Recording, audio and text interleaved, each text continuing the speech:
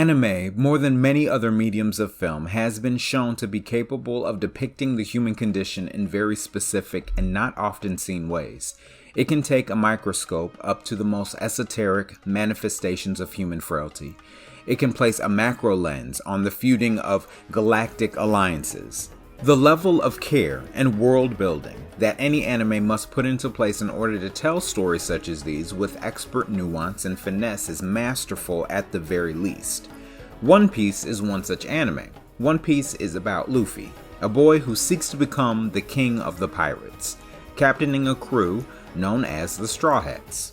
In execution, One Piece tells heartbreaking human stories about tragedy and triumph in the lives of people born into the most ordinary of circumstances, who are thrust into life-altering predicaments. But One Piece also tells the most grand tales of kings and rulers and their people, and entities that would seek to upend their governments. To tell these stories faithfully is an arduous task that many would struggle to achieve, which is a great feat, particularly for a shonen anime. Yet considering how long One Piece is, they certainly have the room to do it. Like a history book, One Piece weaves a slow and epic tale through complex, meandering tributaries that connect, pouring into a future cautiously unraveling like a spool of thread. Like a history book, much of One Piece's arcs are based in the realities of the world's history of war, adventure, and community.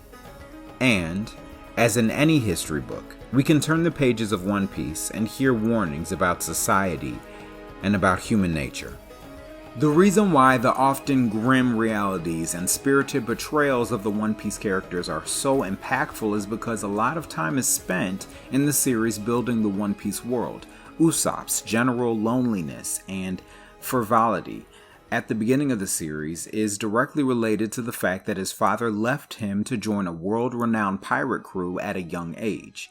The tragedy and the destruction of Nico Robin's entire family and home is tied directly to the world government's censorship of certain types of potentially dangerous knowledge, guarded by Robin's people. Chopper's dream to become a doctor that can cure any illness was nearly deferred by a tyrannical ruler who, in order to control his citizenry, enforced a rule that required all practicing doctors to work for the government.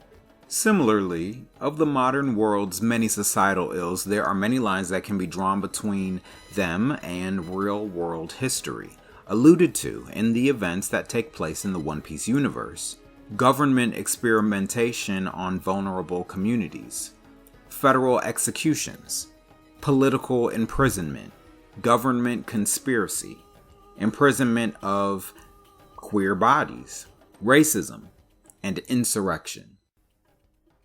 The January 6th insurrection at the U.S. Capitol was a shocking and tragic moment of treachery and villainy for the United States. Yet, like these other moments of great societal ills, it is not unprecedented.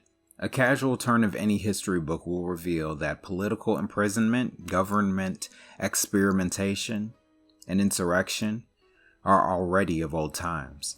These paths were forged in the sands where man first crawled. So the 2021 Trump insurrection could have been predicted by all minds who read and are open to the lessons of history, for the warnings of the stones that mark the path of insurrection are clear. One Piece, in an arc called Alabasta, illuminates these wicked stones lain by antiquity through the trials of one of the oldest and lesser known of the Straw Hat Pirates, Vivi Nefertari.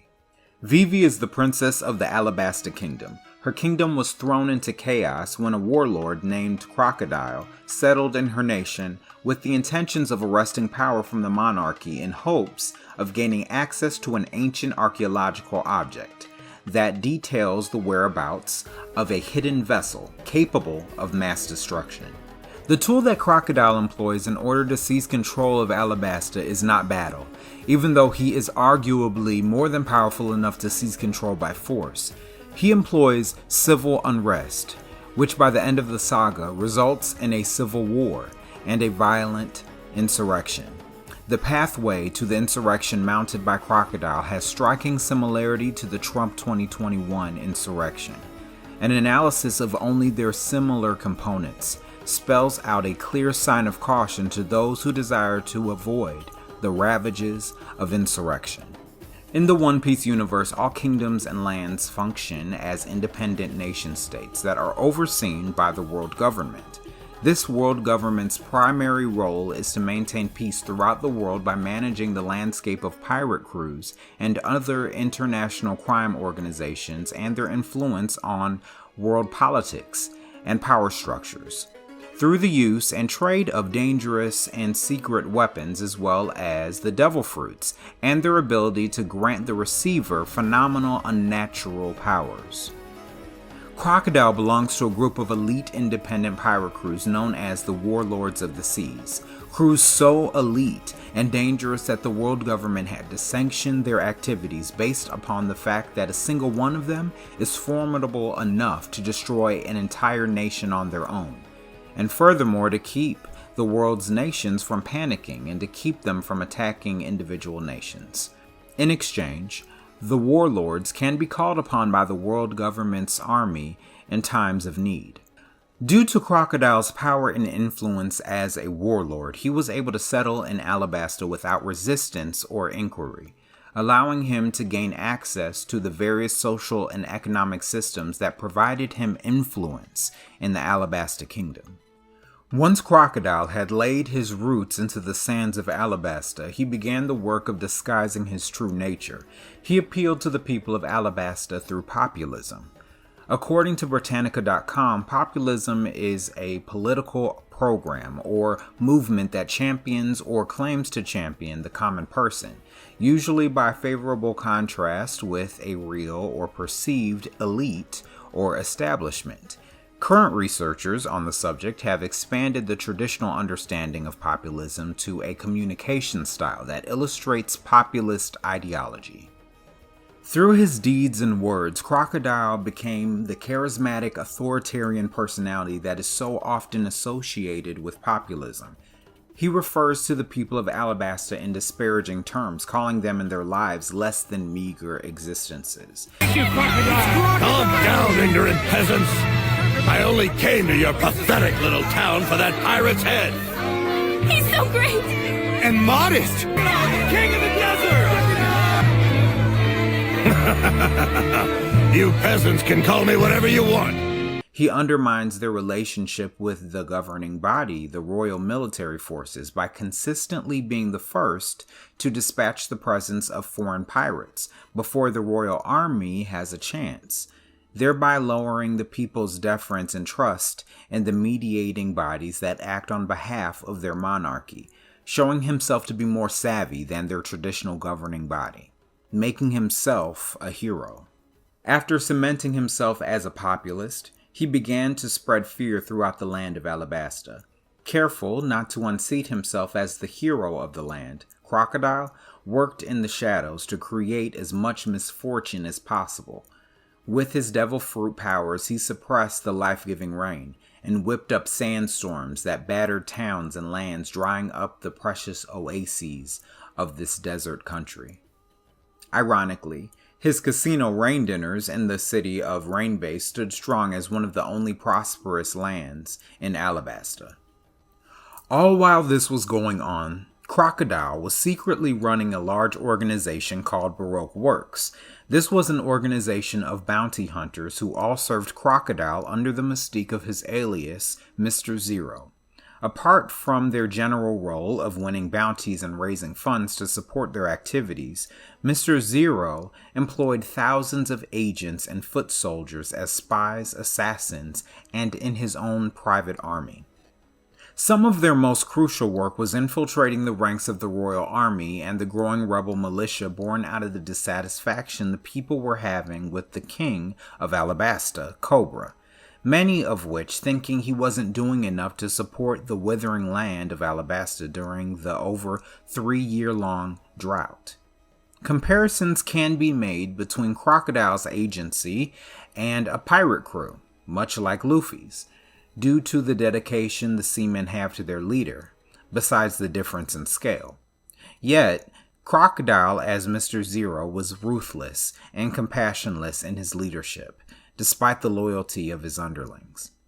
To ensure his work was done, Mr. Zero employed the services of Mr. 13 and Miss Friday, a team known as the Unluckies, whose job it was to execute any Baroque Works agent that failed a mission.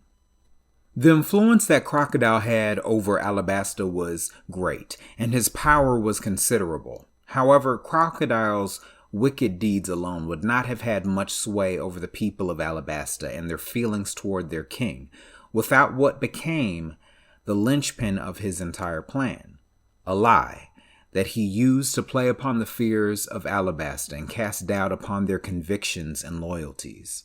Crocodile, by infiltrating the royal capital and trade channels, fed the Alabastian people the lie that the king was stealing rain from the people of Alabasta. The goal of a populist, politically, is to cast aspersions upon traditional systems of power and governance, without a word that might turn a scrutinous eye toward him. Crocodile spread his lie through his subordinates that was executed in two primary phases. At this point, he was already using his powers to suppress the rainfall in Alabasta. Crocodile's next move was first to orchestrate an accident during a false delivery of dance powder, an illegal substance that artificially creates rain, to the Alabasta capital, causing many of the Alabastians to become suspicious of their king Cobra Nefertari, because it suggested that Cobra, with the dance powder, was siphoning rain from drought-stricken parts of Alabasta for his own comfort. He planted the same powder in the Alabasta capital through his agents. As tensions grew over months and months, the rebel army made a decision to take the capital city of Alabarna, and thus began the insurrection. Why doesn't he show his birth certificate? 3 weeks ago when I started, I thought he was probably born in this country. And now I really have a much bigger doubt than I. Well, I heard Biden... But as of today, turnover stands at 62%. In fact, the rate of turnover in President Trump's White House is not just high. Than any modern spent money at Trump properties since 2017 just to get access to races to make sure every legal vote is counted. Union Ambassador Joe Biden can't be president. There are many similarities between Crocodile and Donald Trump. They were both sanctioned by the government, Crocodile as a warlord, and Trump first in his celebrity, allowing him to take the world stage and critique political players, and start the racist birther movement against President Obama. And then again after winning the presidential election in 2016. They were both populists, undermining the citizens' relationship with the government, both in their use of harsh populist rhetoric and in their mission to supplant the government with quick fixes to the popular issues of the day. They both spread fear. Crocodile in denying the land of rain, forcing the citizens to leave their homes and fight for survival. Trump in turbulent moods and unreliable behavior. His sympathy for and indifference to white supremacy causing millions to fear a resurgence of their hatred and violence. And in his mishandling and general underestimation of a deathly virus that has claimed hundreds of thousands of lives in the United States alone. Both running organizations whose members, pledging sycophantic fealty to them, work on their behalves, upon whom they both respond to any hint of failure and extremes. Interestingly enough, they both also had ties to casinos.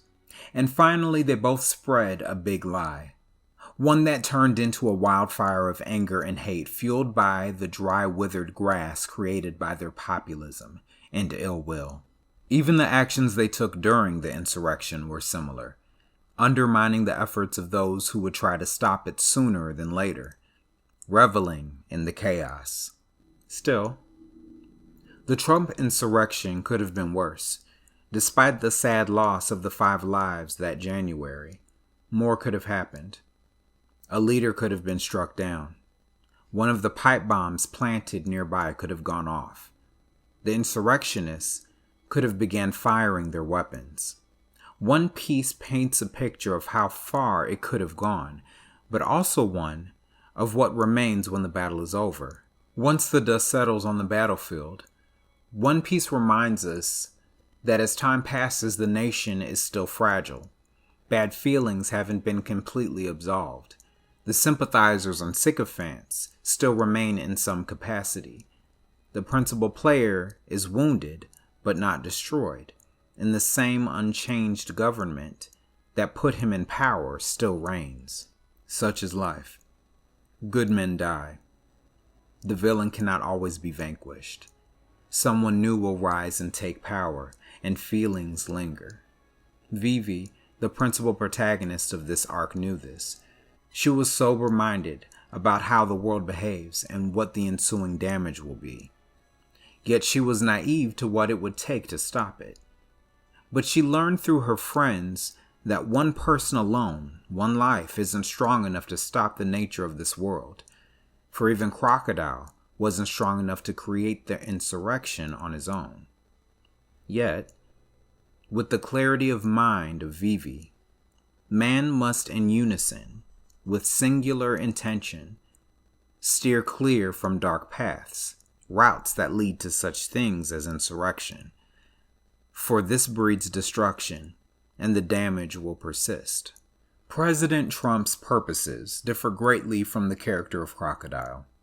In fact, many of his intentions on face value could be considered amiable. His political aims could even be noble. Yet it isn't the ends that lead us to things like insurrection. It's the means. The means are our choices. Our choices create many paths, some foreseen and some unwanted. You'll find that you should have made a different choice or gone a different way when your end is accompanied by tragedy. So since history has made all the stones on the path to insurrection apparent, we must obey the signs of warning, even if for a short time trouble has clouded the way. For whenever the rain falls and confusion is dispelled, together we must all seize that moment of clarity and choose a different road before it's too late to turn back.